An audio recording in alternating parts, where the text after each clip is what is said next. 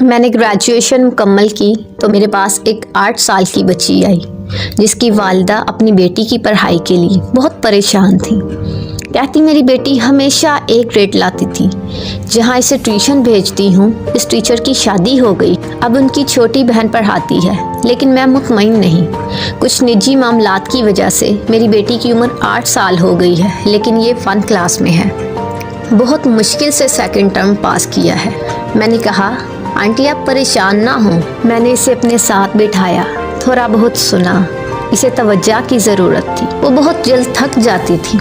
میں نے اس کی بیس بنائی، 4-5 کام کر کے کہتی ٹیچر یہ لاسٹ کام ہے نا، اس کے بعد چھٹی ہو جائے گی نا۔ میں نے ہمیشہ ہاں میں سر ہلانا اور اس نے خوشی خوشی اگلا کام جلدی کر لینا۔ اسے مجھ سے بہت لگاؤ ہو گیا۔ اکثر دروازے پر دستک ہوتی تو میری اسٹوڈنٹ کی، ٹیچر آئیز کلوز کریں، دیکھیں میں آپ کے لیے فش لائی ہوں۔ کبھی کچھ تو کبھی کچھ۔ سردیاں تھیں تو اکثر شام کے کھانے میں آلو کے پراٹھے بنایا کرتی تھی، تو میں اپنی چھوٹی بہن کے ہاتھ اسے بھیجتی۔ میں نے جب اسے 3rd ٹرم کی تیاری کروائی تو وہ اکثر بیمار رہتی تھی، ہر وقت مایوس نا امید۔ ایک دن میں نے اس سے وجہ پوچھ ہی لی تو اس نے بتایا کہ میرے بابا ماما سے بس یہ کہتے رہتے ہیں اس نے نہیں پڑھنا، تم اپنا وقت ضائع کر رہی ہو۔ میں نے کہا بیٹا بس پھر آپ ان سے کہہ دو کہ بابا میں آپ کو کر کے دکھاؤں گی۔ اس طرح اسے تھوڑی تسلی ہو جاتی۔ پھر اس کے فائنل ایگزامز سٹارٹ ہو گئے۔ اب وہ دن میں 2 بار پڑھنے آتی۔ میں نے اس کے ساتھ دن رات ایک کر دیا۔ اللہ اللہ کر کے امتحانات گزرے تو اب رزلٹ کا انتظار۔ میں نے بہت دعا کی۔ 2 دن بعد ہمارے دروازے پر دستک ہوئی۔ دیکھا تو آنٹی ہاتھ میں رزلٹ تھامے میرے پاس آ کر بیٹھ گئی۔ میرا دل تیزی سے دھڑکنے لگا جب آنٹی نے کہا آپ کی دن رات محنت کی وجہ سے آج میری بیٹی فرسٹ آئی ہے۔ میری حیرت کی انتہا نہ رہی۔ کچھ دیر بعد میری اسٹوڈنٹ بھی آ گئی۔ آج اس کے چہرے پر ایک الگ ہی رونق، ایک الگ ہی خوشی تھی۔ میں نے اسے مبارک دی۔ پھر اس نے جو مجھ سے کہا مجھے کبھی بھولنے والا نہیں۔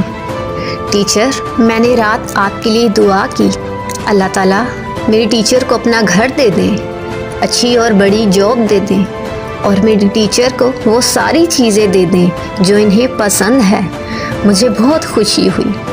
آج لگ رہا تھا جیسے وہ سمجھدار ہو گئی ہے، اور مجھے اس دن پتہ چلا کہ کچھ نجی مسائل کی وجہ سے آج وہ اپنی نانی کے گھر اسلام آباد شفٹ ہو رہے ہیں۔ جانے سے پہلے آنٹی آئیں اور کہا بیٹا یہ آپ مٹھائی کھا لینا، اور 500 روپے میرے ہاتھ میں تھما کر مل کر چلی گئیں، کیونکہ باہر گاڑی ان کا انتظار کر رہی تھی۔ آج وہ بچی میرے ساتھ تو نہیں، لیکن مجھے اس کی وہ دستک، دعائیں اس کی بہت یاد آتی ہیں۔ میری دعا ہے شہزادی اللہ پاک آپ کے نصیب اچھے کرے، آپ جہاں بھی رہو ہمیشہ میرے دل میں رہو گے۔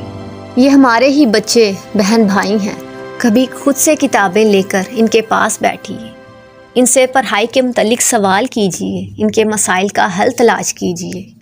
خوش رہیے، خوشیاں بانٹیے۔